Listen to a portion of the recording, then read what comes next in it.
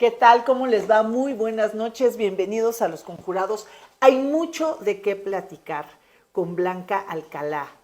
Muchos temas. Por ejemplo, bueno, me habías contado, bueno, antes que nada, bienvenida Blanca, ¿cómo Gracias. estás? Muy bien, Erika, siempre contenta de estar contigo. Felicitarte, aunque sea de manera retrasada, porque estuviste celebrando la vida hace algunos Así días. es. Y la verdad es que siempre es muy grato para mí el poder coincidir contigo, el tener estas charlas que más que entrevistas me resultan pues este encuentro entre amigas y de dos mujeres que amamos Puebla, amamos el tema del movimiento de las mujeres y que creo que desde las distintas trincheras que nos pongan estamos tratando de poner ese granito de arena. Muchas gracias Encantada. Blanca. Y bueno, hablando de esto, del trabajo de las mujeres, sobre todo aquellas que están en puestos en donde es muy fácil visualizarlas. Hay muchas mujeres muy capaces que no tienen esta oportunidad, ¿no?, de ser tan visibles como sí lo es Blanca Alcalá en sus diferentes puestos a través de sus cargos, trayectoria y demás. Y bueno, lamentablemente, y sí digo lamentablemente porque me hubiera encantado estar en la presentación de este diagnóstico para un acuerdo para las mujeres de Puebla. Está padrísimo, no lo he leído, ya me contó de qué se trata, pero pues yo sí soy de las que me chuto las cosas Muy como bien, para aprender, porque si no, pues uno ahí se queda claro. atrasado. Está muy padre porque es una arrastradera de lápiz. Esto es una arrastradera de lápiz brutal. Lo acabas de presentar y son acciones, como tú me lo comentabas hace un momento, pues mínimas que se tienen ya que hacer para las mujeres, para Claro. mejorar la calidad de vida de las mujeres, porque acuérdense, ¿no? Ya es el mes de marzo, el mes de las mujeres y la marcha, y bueno, ¿no? Hay un montón de eventos y todo el mundo se tira al piso de que sí, claro, las mujeres primero. Y a la hora de la hora, a la hora de aplicar leyes, de aprobarlas precisamente, ¿no? Y de Muchas en el Congreso, implementarlas. y de implementarlas por parte, ¿no?, del Poder Judicial, quién sabe, ¿no? Qué difícil es este camino, pues para las mujeres como tú que abren brecha, para las colectivas que son de verdad sustanciales en esta sociedad, que gracias a ella pues también abren brecha y están ahí y exigen sus derechos y son las primeras en la marcha y de verdad son mujeres súper valientes. Sin Yo, duda. ¿cómo las admiro? Porque de verdad, de vivir cada situación tan adversa, salen adelante. Y bueno, hablando de situaciones adversas, Blanca, cuéntanos esto, por favor. ¿De qué se Claro. trata? ¿Cómo lo vas a difundir? Bueno, ya fue, la presentación oficial fue el viernes, pero ¿cómo podemos sacarle provecho? Pues bueno, primero de verdad agradecerte que me des la oportunidad de platicarte de esto que es por un acuerdo para las mujeres de Puebla, que es un ejercicio en el que participan o en el que participamos actoras políticas, académicas de distintas universidades, estudiantes, jóvenes estudiantes también, y también algunas representantes de organizaciones de la sociedad civil, y que tuvo como propósito precisamente de cara sobre todo el proceso electoral que estamos viviendo ya y que tendrá que llevar a que se elijan a los tomadores de decisiones prácticamente del Poder Ejecutivo, pero también del Poder Legislativo en Puebla, tener un diagnóstico muy claro de cómo estamos las mujeres en Puebla. Van a multiplicarse las agendas, los eventos donde firman compromisos, etcétera. Pero la verdad es que de nada sirve, primero, que solamente se tome como algo electoral y segundo, que queden como letra muerta. Y tercero, que partan de cosas que al final del día no se reflejan lo que está pasando con las mujeres poblanas. Exacto, exacto. Entonces, la verdad es que, bueno, sí tuve yo la iniciativa de invitar, primero que nada, a las académicas. ¿Por qué? Porque para mí era muy importante que se hiciera, pues, un diagnóstico sin ningún sesgo político partidista y que a partir del rigor que les caracteriza nos pudieran precisamente identificar este diagnóstico, poder encontrar semáforos que nos señalaran la gravedad de algunas situaciones y a partir de esos semáforos poder proponer tanto políticas públicas como acciones legislativas, que yo utilizo la palabra irreductibles, y que eso significa irreductibles. Y le digo a en Blanca, finanzas, ¿qué significa irreductible? Es que bueno, cuando yo fui secretaria de Finanzas o cuando veo los temas de presupuesto en México, en el país, tú encuentras que en el presupuesto hay irreductibles, o sea, aquello que se tiene que hacer o se tiene que hacer porque no hay otra. O sea, tienes que pagar salarios, tienes que pagar la deuda, tienes que pagar cosas impuestos. digamos, tú como ciudadano impuestos, pero tú como gobierno hacer estas cosas. Entonces, irreductible significa que es esto mínimo que no puedes renunciar a no hacer. Híjole, esto es un trabajal porque es desde temas de salud. Sí, elegimos 3 ejes en esta primera etapa, vamos a complementarlo con 2 más, pero en esta primera etapa elegimos 3 que son básicos, Erika. Primero, los temas de salud de las mujeres, la salud y los derechos de la sexualidad de las mujeres. El segundo está relacionado, por supuesto, con la seguridad y la violencia. Y el tercero, con la participación política. Y bueno, aquí tú vas a encontrar de manera, este es un resumen ejecutivo, la verdad es que el documento es mucho más amplio, pero el viernes pasado presentamos este resumen ejecutivo justamente de una manera muy ilustrativa que nos permite saber, por ejemplo, en el caso de la salud de las mujeres, cuál es la condición que están pasando las niñas adolescentes. Es lo que te iba a decir, sí, Blanca. Además, la ilustración, claro. Está hermoso. Sí. O sea, muy bonito, llama la atención. De eso se trata. Llama para la que de atención. manera fácil, sí, cualquier lector y cualquier actor pueda conocer qué está pasando con las mujeres poblanas. Hasta, el lenguaje es muy accesible. Claro. No, aunque está hecho por profesionistas, ¿no? Por como dices, académicas, expertas en la materia, no tiene este lenguaje pesado. Entonces, no, está en un lenguaje accesible, pero no por ello ha perdido el rigor. ¿Quién hizo las ilustraciones? Bueno, una chica que trabaja conmigo y que es genial, felicítala. Sí, maravilloso. Está padrísimo. Maravilloso toda esta parte de la ilustración. Porque visualmente es muy atractivo. Así y eso como ayuda, ¿no? Para te jala la gráfica. Exacto. Está padre. Y bueno, y lo que te decía, tiene semáforos, porque bueno, vas a encontrar en materia de seguridad, pues todos los semáforos son rojos. Sí, claro. En materia de participación política vas a encontrar que en muchas cosas estamos en verde por la ley de la paridad. Pero yo decía en la presentación el viernes pasado que eso no ha sido suficiente porque se siguen encontrando recovecos legales o culturales o cupulares que limitan la participación de las mujeres. Y en la presentación que estuvo la presidenta del Instituto Estatal Electoral y el presidente de la Comisión de Derechos Humanos en un espacio totalmente neutral y plural, como es la propia Comisión de Derechos Humanos en Puebla, yo señalaba que, imagínate, a pesar de la ley de paridad del 50% de las candidaturas que son postuladas para las mujeres, en Puebla, tan solo a nivel municipal, de cada 10 candidatas postuladas, solamente 2 son las que ganan. Y en más de 146 municipios del estado de Puebla, nunca ha gobernado una mujer. De ese tamaño son los retos. Por eso es que muchas veces hablamos de que, a pesar de la igualdad jurídica, la igualdad real, esa definitivamente sigue sin existir.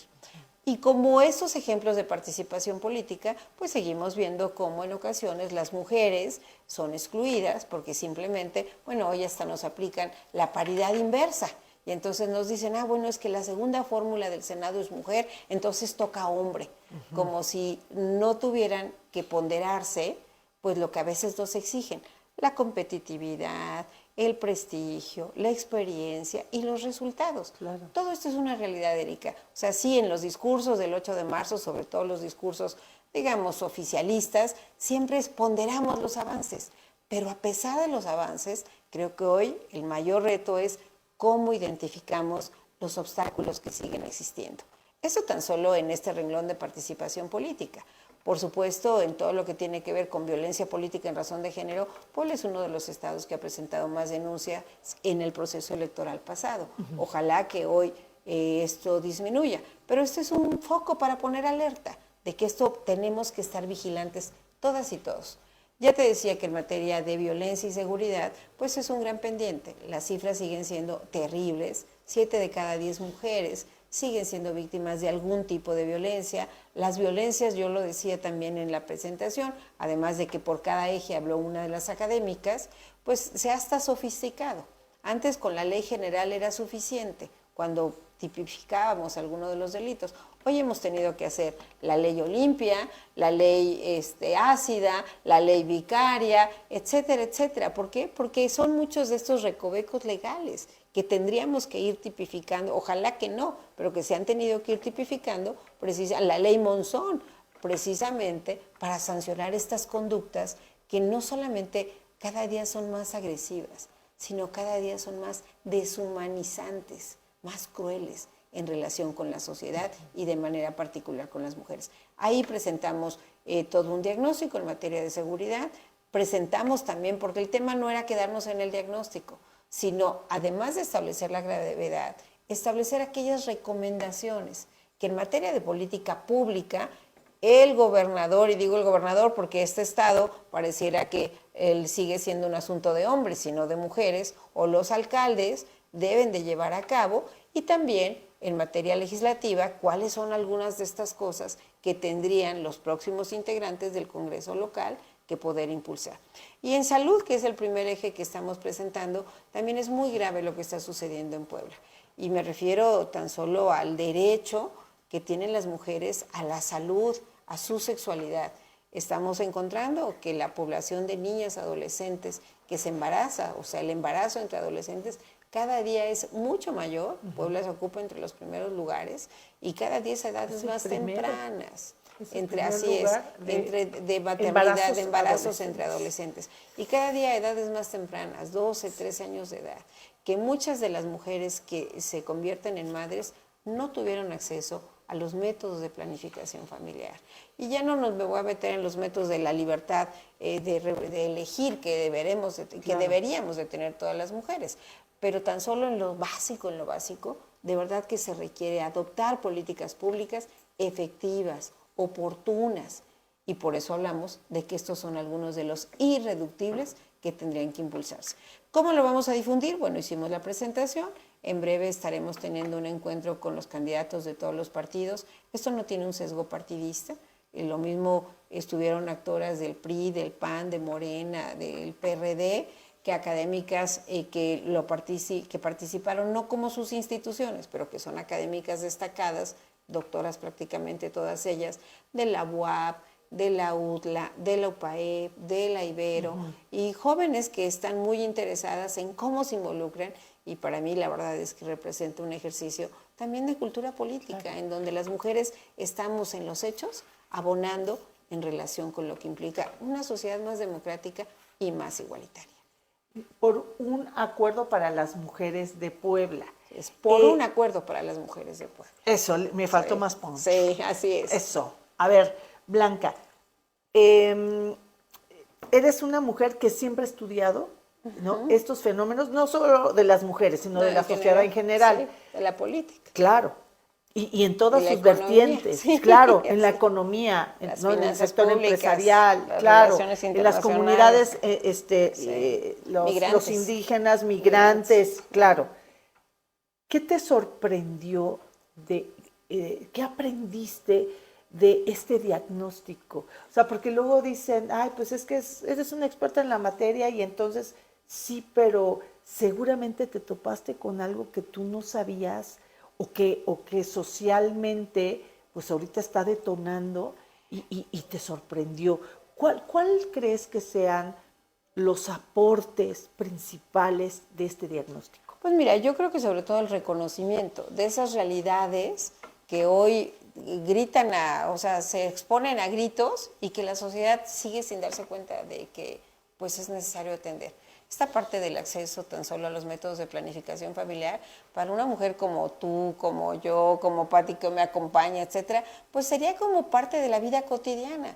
Pero resulta que el estudio está señalando que no es así, que hay muchas mujeres, algunas acaban por no tener conocimiento o lo más grave, por no tener acceso a ellos. Pero ¿por qué será, Blanca, dado de que, bueno, con este aparatito podemos acceder a toda la información. Sí, pero el aparatito nos está llevando a que tengamos otro tipo de intereses, no necesariamente los que tienen que ver ni con la formación ni la educación de la sexualidad, ni con la construcción de ciudadanía. A las mujeres no nos está interesando este tema, lo consideramos todavía tabú, nos consideramos culpables por estar buscando este tipo de información. Pues fíjate que va a escucharse, sobre todo Lalo y el resto de los compañeros que están aquí en el estudio, no quiero que lo escuchemos como agresivo, pero al final es resultado de una sociedad patriarcal, en donde muchos de estos temas siguen siendo de discriminación, de desigualdad,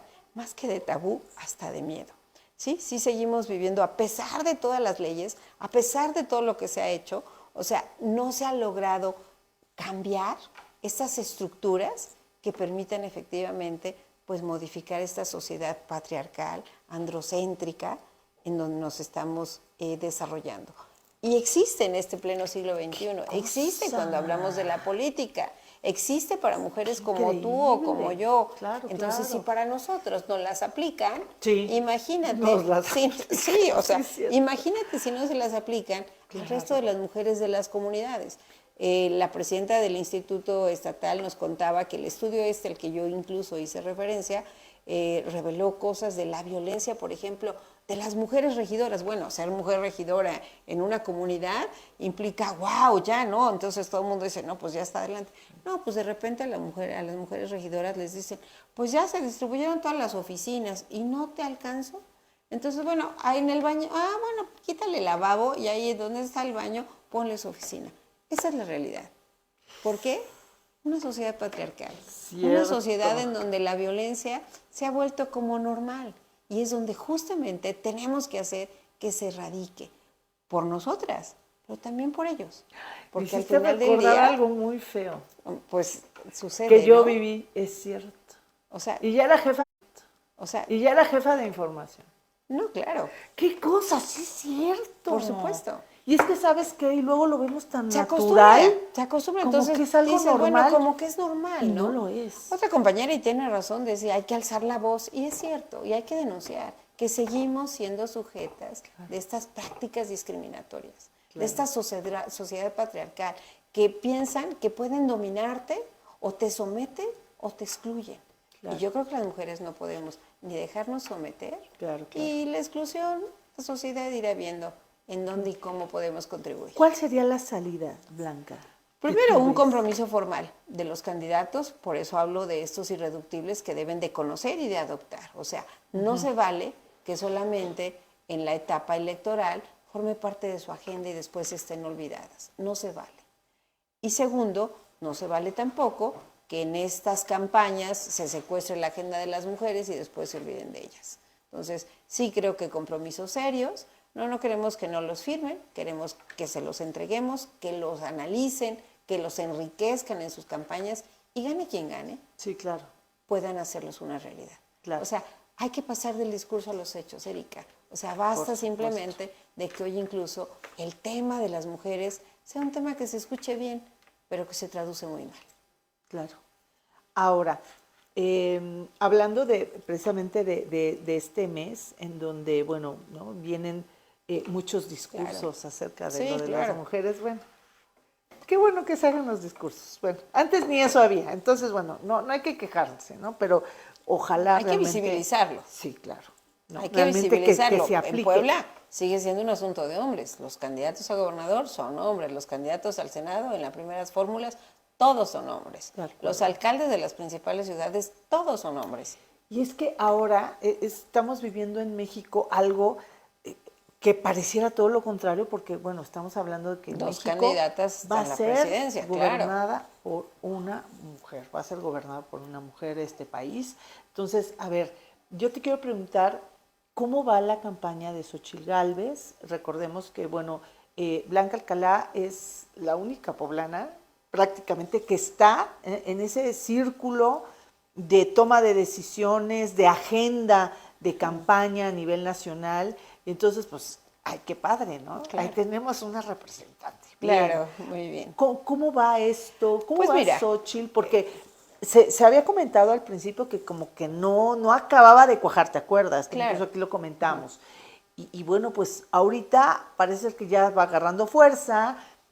Claudia Sheinbaum también, pues también contribuye con sus propios, ¿no? Sus propios tropiezos, ¿no? Esto de que se equivoca en el momento de que habla, en el día más importante, cuando empieza la campaña, ¿no? Y esto de la corrupción, y que en lugar de la transformación dice corrupción, y bueno, se la acabaron también, pues... Quizá tiene ya datos. ¿Verdad? Es lo quizá que por dice, eso, ¿no? Bueno, ¿no? Pues es lo que dicen los contras. Dices, no, pues es que fue una proyección de sinceridad, ¿no? Ya no saben ni qué, bueno. Debe estar preocupada por todo lo que implica de verdad números que tienen que ver con No, qué cosa, corrupción, pero qué error tan opacidad, nefasto. etcétera, ¿no? Yo creo que no se tomó su café en la mañana. Algo pasó, pero qué error tan, bueno, garrafal, pero bueno, vamos a ver qué ocurre. ¿Cómo está la campaña de Xóchitl? ¿Cuáles son los retos que tú estás viendo? Pues mira, Erika, yo tuve la oportunidad de acompañar a la candidata en esta etapa de precampaña en una gira internacional que hicimos, principalmente en Estados Unidos, en Nueva York, en Washington, porque además es una de las vertientes que a mí me toca justamente gestionar, qué sucede con los mexicanos residentes en el exterior. Una diáspora que es muy importante, que como te he contado en otras ocasiones, el 97% vive en los Estados Unidos. Muchos poblanos en Nueva York, la verdad es que en una de las actividades que empezamos a las 6 de la mañana en la central de Abasto, yo iba como pavo real, porque cada que la candidata saludaba a alguien, le decía, ¿y tú de dónde eres? Le decía, yo de Petlalcingo, Puebla, y tú de Atlisco, Puebla, y otro de Izúcar, Puebla, y dijo, se me hace que a propósito me trajiste aquí, ¿no? Ajá. Y no, pues es la realidad. O sea, Y es que y muchos te ubican, Blanca. Sí, la verdad es que sí me encontré a gente y me decía, oiga, usted fue la presidenta de Puebla. Mire, y me enseñaban hasta fotos que se habían tomado conmigo pues hace ya 10 años. Y es que ¿no? pasa algo curioso contigo que no con cualquier político. Tienes muy buena aceptación. Entonces, en la calle, y me consta, porque bueno, y luego aquí se nos junta la chamba porque está Mazana, que bueno, ya saben que es otro corte, es una revista de salud, nada que ver con la política. Y luego, bueno, ha pasado que viene Blanca y salen aquí los invitados de Mazana y ¡ay, Blanca Alcalá! Y se toman la foto con ella. Y, o sea, no es choro. Entonces, yo creo que a mí me ha tocado ver políticos así, Melquiades Morales, el señor donde se pare, todo el mundo se quiere tomar la foto. Me ha tocado, bueno, no sé si lo compartas, pero yo sí lo he visto, ¿no? Con Tony Gali, es un señor muy querido y todo el mundo se quiere tomar la foto con él. Y me ha tocado verlo contigo. Gracias. Sí, la verdad es que la gente es generosa conmigo y pues yo soy agradecida. En donde estés. Agradecida con ellos. Entonces, pues mira, regresando al tema de Xóchitl, más allá de esta anécdota que de verdad sí estaba yo feliz de cómo encontraba muchos paisanos, creo que Xóchitl tiene 3 atributos que los ciudadanos deben de conocer y valorar en ese sentido. El primero es que es una mujer auténtica. O sea, efectivamente ella es una mujer que viene de la cultura del esfuerzo, de una comunidad indígena, que huye de su pueblo justamente porque pues es víctima tanto ella como su madre de la violencia que se vive en su familia, de un padre que ella misma cuenta que era alcohólico, que golpeaba a su madre, que no tenía el mayor interés de que sus hijas, sobre todo sus hijas, pues estudiaran y salieran adelante, y ella se revela a esa situación y pues decide venir a estudiar, lograr, decía, pues sí, de repente hay quienes les molesta cuando yo les cuento que vendía gelatinas, dice, pero vendía gelatinas, ¿y por qué? Pues porque con eso apoyaba para que pudiéramos comer en mi casa. Entonces es una mujer auténtica que lo cuenta, no lo usa como pose de campaña, sino lo usa, lo platica como el orgullo que ha representado el poder salir adelante y de que se puede a pesar de la adversidad. Es auténtica porque no olvida sus raíces, o sea, ella no se pone un huipil simplemente porque esté de moda, lo quiera poner de moda, porque lo valora, porque lo ama. Pero también es una mujer, y ese sería su segundo atributo, sumamente inteligente, que sabe que hoy, si quiere ser la jefa de Estado de un gran país como es México, hay lugares para todo. Y combina su autenticidad de su huipil con el traje sastre cuando estuvimos en el Consejo de las Américas o cuando fue a visitar a Luis Almagro de la OEA. Y habla no solamente con la elocuencia, sino con el conocimiento que implica los grandes temas que nos preocupan en el país y en nuestra relación con los Estados Unidos. La seguridad, la violencia, el tráfico de armas, el tráfico de estupefacientes o de sustancias ilegales, de los migrantes, de la diáspora. Entonces, la verdad es que ser auténtica, ser inteligente y ser una mujer con visión, que aprende de los demás, a mí me parece que son 3 atributos maravillosos.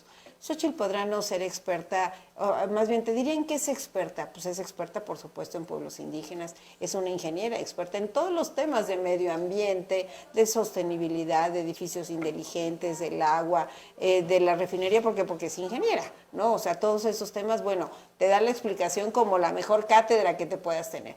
Pero a lo mejor hay otros temas que tienen que ver con la salud o que tienen que ver con las finanzas públicas o con la política exterior, que se acerca de los especialistas, que lee lo importante que está sucediendo en el mundo al respecto y sobre eso toma sus propios criterios de qué se debe hacer y qué no se debe hacer. Por eso que en su campaña y en la precampaña ya fue muy claro. Si hay cosas que están bien, se deben quedar. Los programas sociales, ella siempre ha dicho que se han de quedar. Pero si hay cosas que se tienen que mejorar, hay que hacer todo lo necesario para que funcionen. Y ahí hay muchas cosas que hacer. ¿De qué nos sirve que nuestros adultos mayores tengan la pensión si al final del día nuestros programas de salud es totalmente carente de todo lo que implica lo básico, la medicina, la atención de los médicos, etcétera, etcétera? Y también ha dicho, y lo que no sirve, se tiene que quitar. Y bueno, ¿qué nos sirve? Pues la política energética que tenemos totalmente cerrada, en donde parecería que queremos seguir poniendo dinero bueno al malo y al final del día eso no va a permitir que tengamos, aprovechando las posibilidades del nearshoring y todo lo que implica la tecnología. Ser un país con una población también educada y preparada que tendría que estar trabajando, que no podemos condenar a nuestros jóvenes a que se queden simplemente esperando la beca o la Benito Juárez o la de construyendo el futuro. Entonces, yo te diría que estos 3 atributos son maravillosos. En Nueva York, además de nuestros trabajadores, se reunió con líderes comunitarios, se reunió con mujeres y hombres muy exitosos en las artes, en la cultura. Hoy, parte de la cultura de Nueva York, como epicentro de los Estados Unidos, la están llevando los mexicanos. Los que están en los teatros, los que están en las sinfónicas, los que están en las galerías de arte, los que están poniendo las nuevas tendencias. Entonces, bueno, maravilloso. Tú que sabes que además todo ese mundo también lo conozco y me gusta, pues fue espléndida la convocatoria que logramos hacer y todos los que llegaron en sábado a mediodía a reunirse con ellas, ¿no? Entonces, ellos fueron quienes la invitaron y maravilloso, ¿no? Y después, bueno, con los centros de pensamiento, con los think tank en Washington, las reuniones con los congresistas, en fin, la verdad es que esto fue para nosotros un muy buen, después en España hizo lo propio, digamos, fue un muy buen background de todo lo que implica también esta recuperación de México en el mundo y después cómo todo esto impacta pues en lo que implica nuestro país. Y hoy pues ha empezado desde las entrañas, lo mismo en Fresnillo, Zacatecas, que por supuesto en Guanajuato, que por supuesto en el Estado de México, y así seguirá siendo, te lo garantizo, una campaña sumamente cercana con la gente, abordando de fondo, todos los grandes problemas del país a los que se ha ido preparando. Son 3, me dijiste, son 3 características, 3 atributos. Su autenticidad, su inteligencia y su capacidad de escucha para resolver problemas. Ah, perfecto. De aprender. Perfecto. O sea, es inteligente, pero además está dispuesta a aprender a escuchar. Oye, ¿qué diferencia tú ves de una campaña presidencial con un sello de mujer? Creo que sin duda este tema que siempre nos etiquetan, ¿o no? Quizá esta parte de la sensibilidad y de la cercanía, sí, en su caso también es auténtica, cuando te escucha, cuando te ve, cuando te abraza, ¿no? Que bueno, yo la vi también con Peña Nieto, eso debo decirte, sí, también con el caso de Enrique, pues sí, abarrotaba las plazas, escuchaba a la gente, le gustaba abrazarlas y que él, o sea, sí, creo que, y en cambio ha habido otras campañas un poco más distantes, o sea, que no conectan. En el caso de ella, sí creo que el ser mujer también le ayuda en su caso, porque también vemos otras campañas que pueden ser de mujeres y no necesariamente conectan muy bien con la gente. Ya. ¿Y cómo veo la campaña? Que va avanzando, que lejos de lo que dicen, va avanzando. En mi caso, que he hecho varias campañas, te diría que a veces no gana el que hace la mejor campaña, sino el que menos se equivoca. Y por lo menos la nuestra no se ha equivocado. Ahí va. ¿No? Ya. Sí, no, bueno. Oye, otra cosa, ha dado, a ver, espérame, voy a mandar saludos. Miguel García, Fabián Pastrana, Isidro Florentino, dice, hola, buenas noches, Erika, felicidades por tu programa, muchas gracias. Garra Puma, ya te estamos extrañando. Julio Rodríguez dice, excelente entrevista de una política profesional talentosa. Gracias, Julio. Dice, saludos a la diputada Blanca Alcalá y por supuesto a la gran periodista Erika. Ay, gracias. Eso, muy bien. Dice, diputada, dice, nos comenta las fortalezas de Xóchitl, pero siendo analíticos, ¿qué debilidades tiene? Bueno, pregunta Miguel García. Digamos que quizá otra de las grandes fortalezas y que también podría verse como una debilidad, su fortaleza es que pues ella no ha militado en ningún partido y es muy ciudadana, pero también en una campaña política puede ser una debilidad porque pues no conoce muy bien lo que implica la organización de estructuras.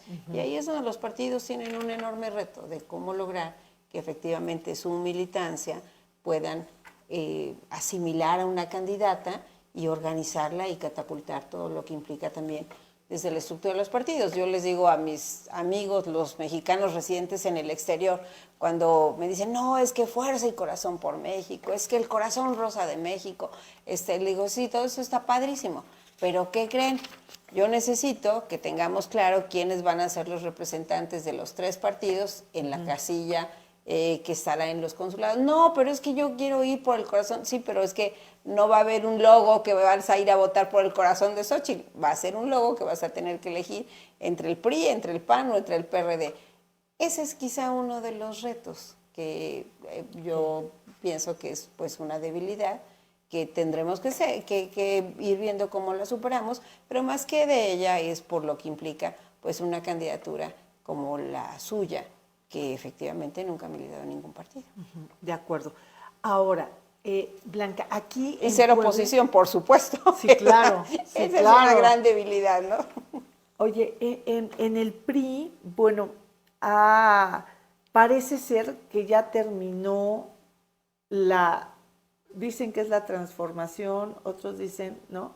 Que es los priistas que salen, ¿no? Que se están saliendo, ¿no? La diáspora, ya no saben ni qué nombre ponerle. A ver, creo que esto ya se terminó, ya se salieron los que tenían que salir, o bueno, parece ser que esto ya terminó. Pues nunca hay que decir ya hasta acá. Ay, ¿puede haber más? Pues yo creo que... Blanca, y yo nada más te me quedo viendo. Es que, bueno, a ver, yo sé, porque eso no lo vas a decir tú, pero yo sí lo tengo que decir. A ver, yo sé, porque me lo han preguntado, me lo han dicho, personajes de otros partidos políticos que te han invitado, que te han ofrecido candidaturas, o sea, una muy buena posición en otro partido político, y tú dijiste no, no y no. Entonces, cuando fue todo, ¿no? Todo este éxodo de priistas, pues no más faltabas tú. No, pues se fueron grandes priistas que, por ejemplo, encabezaba uno de ellos, Jorge Estefan Chiriac. Claro. Yo jamás pensé que eso fuera a suceder. Hasta cuando era como chismecillo, dije, no, ¿cómo creen que se va a salir? ¿Cómo creen que no? Que se salió y bueno, de ahí un chorro, muchísimos priistas, pues reconocidos con una trayectoria de 20, 30, más de 30 años. Y pues, vaya. Y esta pregunta que te hago, pues te la han de haber hecho, o sea, todo el mundo se la hizo, se la hace y se la va a seguir haciendo. Claro. ¿Te vas a salir del PRI? ¿Qué va a pasar contigo? ¿Por qué te quedaste? Bueno, aquí yo sería, ¿por qué te quedaste en el PRI? Porque ofrecimientos tuviste de sobra y hasta de los partidos más inimaginables. Todos te ofrecieron algo. Pues mira, Erika, con la emoción con la que te he contestado por qué creo que Xóchitl es una mujer que puede encabezar este país, es por las que definitivamente yo sigo en este proyecto. Sigo más que por el partido, más que por el cargo, por lo que implican las causas. Y esas son las que me mantienen acá. Definitivamente yo una y otra vez diré que soy una mujer más de causas que de cargos.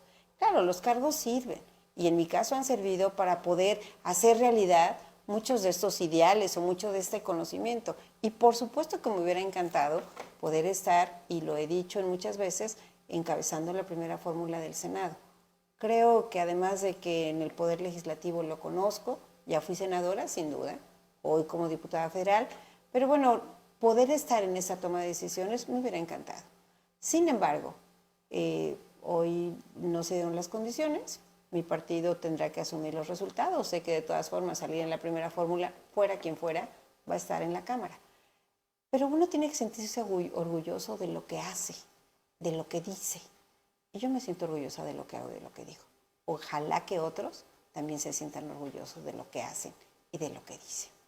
Entonces yo seguiré en el PRI por decisión propia y también por decisión propia en el momento en que sienta que no está cumpliendo con lo que implican los ideales del proyecto del que hoy forma parte y que va más allá de un dirigente, pues habré de tomar decisiones al respecto.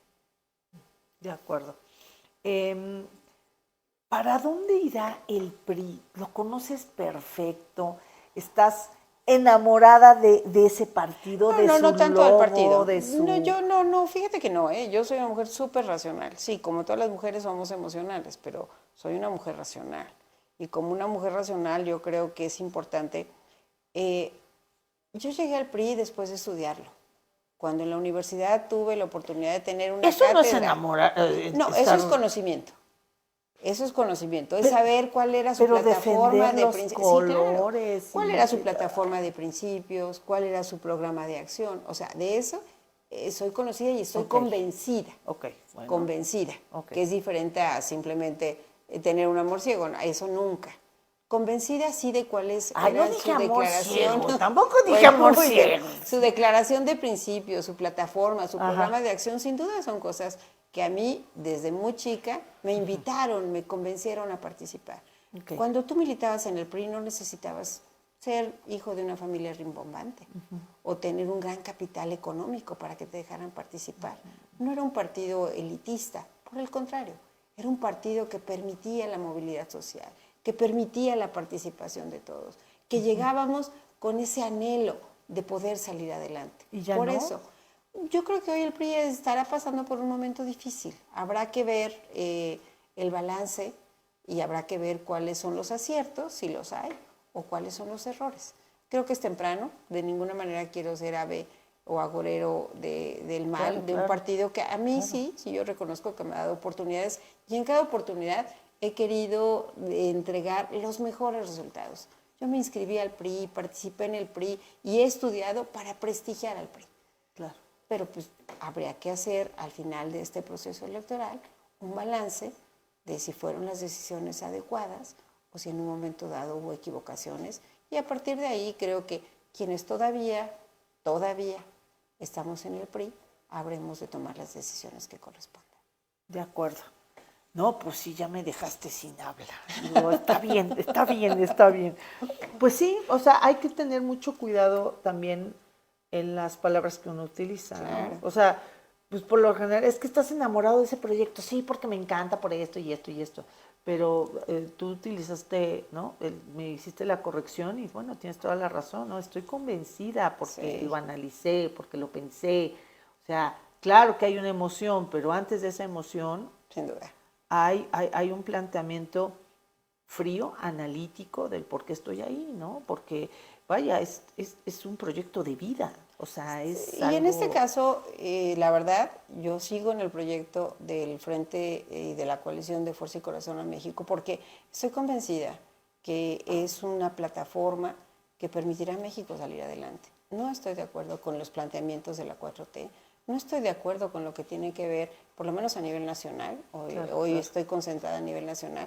A mí me parece que la Corte debe de seguir teniendo su espacio como un equilibrio de poderes, que es muy arriesgado pensar que hoy vas a elegir a los ministros de la Corte como se eligen a los diputados. O sea, que hoy lo que tiene que ver con la movilidad de las personas, puedas cancelarles sus proyectos. O sea, ese es el modelo que yo contrasto y que no estoy de acuerdo y que me hace permanecer en este proyecto. Y si algo me ha caracterizado, pues es la congruencia. Siempre, y así eduqué a mis hijos, que fueran congruentes, que fueran conscientes y que fueran responsables. Y eso es lo que me mantiene en el proyecto de la coalición. No, bueno, a ver, te están preguntando. Si usted estuviera al frente del PRI, ¿cómo hubiera enfrentado, cómo hubiera frenado, mejor dicho, frenado el éxodo? Dice, ¿cómo califica la gestión de Néstor? Pues mira, yo creo que la gestión de Néstor la calificaremos todos al término de este proceso electoral. A mí me tocó varias veces ser dirigente del partido en el municipio, secretaria general, formar parte de la dirigencia, y curiosamente, nunca fui postulada o nunca me postulé en esos momentos. Mi papel como líder siempre fue privilegiar que las cosas salieran. Como presidenta del comité municipal, privilegié que el esfuerzo para que Enrique Doher llegara a la presidencia municipal se cristalizara. Sí, me acuerdo. Un líder es aquel que permite que otros te sigan, que otros cumplan lo que implican los objetivos para un proyecto mayor. Ese es como piensa Blanca Alcalá. La gente tendrá que evaluar cómo piensa de lo que haya hecho el actual dirigente. Una de las grandes características del PRI, por la cual más de 70 años gobernó, hoy por cierto es el aniversario 95, ya estuve en la sesión virtual, ya cumplí, pero decidí venir contigo. Gracias. Sí, cierto, ¿eh? Sí, gracias. Pero si algo caracterizó al PRI es esta capacidad, es primero la apertura y después esta capacidad de inclusión, esta gran, digamos, ejercicio de negociación, de encuentro, en donde buscabas la manera en que la gente participara, en que de frente le decías, mira, no se puede por ABC, pero habrá este espacio, o ayúdanos. O sea, eso caracterizó al PRI. Para mí no es la primera vez que me dejan fuera, pero sí es la primera vez que no se juega derecho.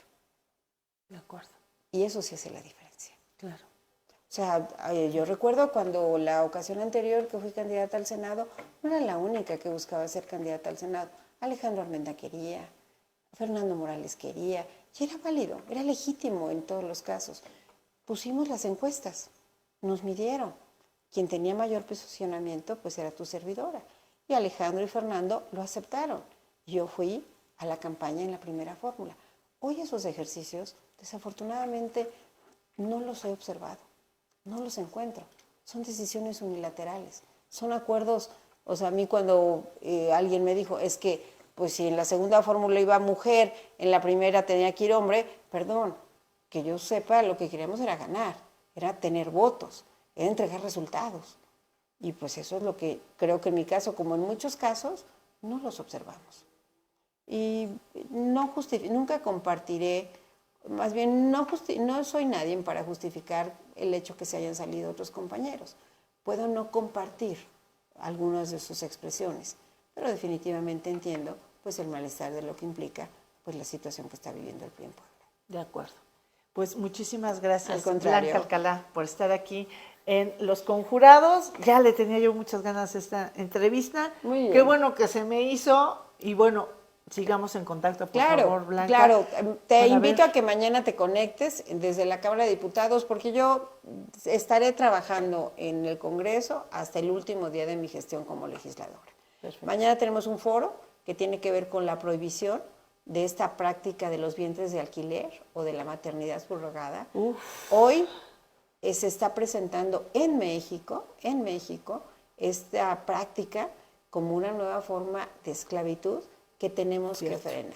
Entonces mañana tenemos un foro, vendrán académicas también muy reconocidas de otras partes del mundo, lo estoy convocando. ¿A qué hora va a ser? Yo. Está convocado a 9:30 de la mañana. Seguramente como hay sesión van a diferir su transmisión, te digo a qué hora se va a transmitir, pero bueno, será un foro importante. Después tengo que ir al Parlatino, recuerda que yo fui presidenta del Parlatino, tenemos reunión de expresidentes del Parlatino, y después tengo reunión de FOPREL en Costa Rica, así que, pues bueno, vienen días también muy intensos, junto con lo que implica, pues la campaña de nuestra candidata. Voy primero a Panamá y después iré a Costa Rica. Ok, bueno, Oye, me traes un imán de refri. Ah, órale. De De las ambos. colecciones. Ah, eso me parece muy bien. De ambos países. Órale, por Con favor. mucho gusto, querida Erika. Ok, muchas gracias, Blanca. Al contrario. Muchas gracias por todos sus mensajes. Ah, te está diciendo Miguel García, dice, muchas gracias por su respuesta, diputada. Saludos. Saludos, Miguel. Sí Gracias a ti. Sí te respondió. Eso, muy bien. Gracias por todos tus mensajes, por tu compañía. Si te gustó esta entrevista, pues dale like y compartir. Sigue en nuestras redes sociales, échate un clavado a Los Conjurados. Te va a gustar. Pasa una excelente noche. Besitos. Bye.